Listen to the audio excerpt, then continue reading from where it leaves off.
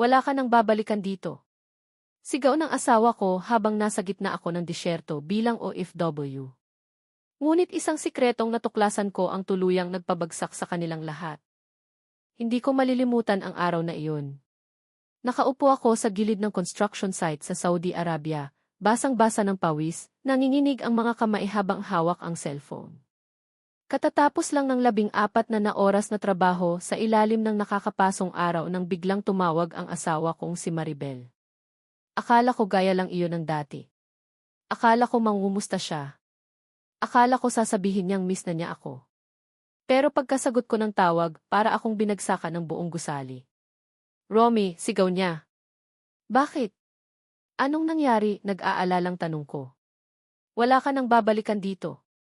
Narinig mo ba ako? Wala din eh. Nanlamig ang buong katawan ko. Parang tumigil ang mundo. Maribel, anong ibig mong sabihin? Narinig ko ang mabigat niyang paghinga. Pagkatapos ay sinabi niya ang mga salitang sumira sa puso ko. Pagod na ako sa'yo. 5 taon kang wala. Hindi na kita mahal. Parang may sumaksak sa dibdib ko. Hindi ako makahinga. Hindi ako makapagsalita. At bago ko pa siya mapigilan. Tut. Pinatay niya ang tawag. Buong gabi akong hindi nakatulog. Paulit-ulit kong tinatawagan si Maribel. Walang sagot. Kinabukasan, tinawagan ko ang anak kong si Angela. Anak, na saan si Mama? Tahimik siya. Mama po, wala rito. Anong ibig mong sabihin?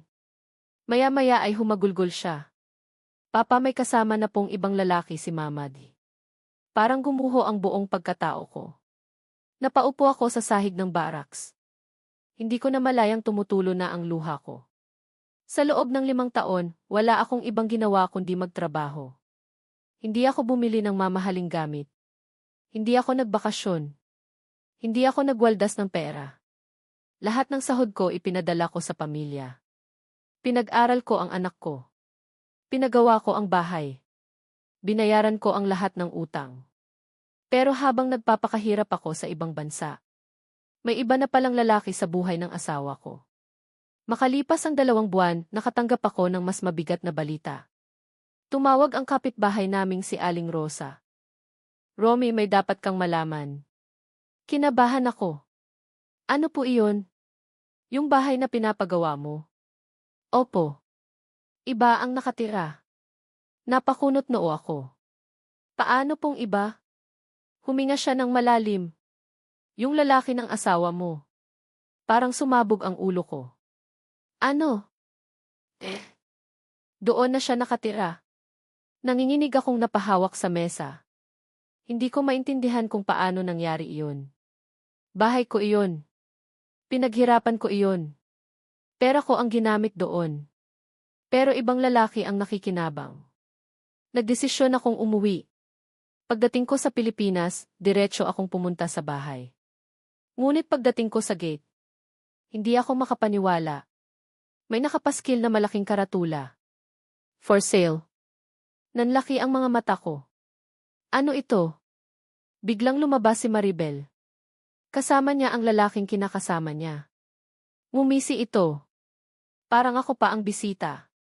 Bakit nandito ka? Malamig na tanong ni Maribel. Napatingin ako sa bahay. Bahay ko ito. Umirap siya. Hindi na. Anong ibig mong sabihin? Biglang inilabas ng lalaki ang ilang dokumento. Nakapangalan na sa amin ito.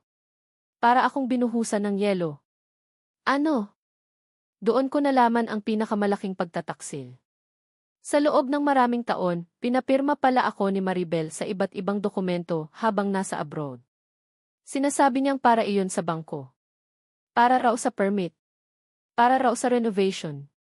Hindi ko alam na isa pala roon ang paglilipat ng ilang ari-arian. Ngunit hindi pa iyon ang pinakamasakit. Habang nag-aaway kami sa harap ng bahay, may dumating na itim na sasakyan. Bumaba ang isang babae. Matandang babae. Hindi ko siya kilala. Ngunit nang makita siya ni Maribel, namutla siya. Mama. Napatingin ako. Mama niya pala iyon. Pero bakit siya nandito? Biglang lumapit ang matanda sa akin. Romy, patawarin mo ako. Naguluhan ako. Po, may iniabot siyang folder. Makapal. Punong-puno ng dokumento. At sana basahin mo ito. Nang buksan ko ang folder. Nanginginig ang mga kamay ko. May mga bank records. Property records. Mga resibo. Mga litrato. At doon ko natuklasan ang nakakagimbal na katotohanan. Hindi lang pala ako ang niloko nila. Pati ang nanay ni Maribel. Pati ang kapatid niya. Pati ang ilang kamag-anak. Inuutangan pala ng bagong kinakasama ni Maribel ang buong pamilya. Ginagamit niya ang pangalan ni Maribel. Ginagamit niya ang pera ko. Ginagamit niya ang bahay ko. At milyon-milyon na pala ang nawawala. Ako ang susunod niyang buburahin, umiiyak na sabi ng matanda. Naubos na rin ang ipon ko. Tahimik si Maribel. Unti-unting bumagsak ang kanyang mundo habang lumalabas ang lahat ng katotohanan. Makalipas ang ilang linggo, iniwan siya ng lalaking ipinagpalit niya sa akin. Kasama ang natitirang pera. Kasama ang sasakyan. Kasama ang mga alahas. Lahat. Wala siyang natira. Isang gabi, kumatok siya sa inuupahan kong maliit na apartment. Pagbukas ko ng pinto, halos hindi ko siya makilala. Payat. Namamaga ang mata sa kaiiyak. Romy, umiiyak niyang sabi. Pwede pa ba akong bumalik? Tahimik akong tumingin sa kanya. Naalala ko ang lahat. Ang 5 taong sakripisyo. Ang pagtataksil.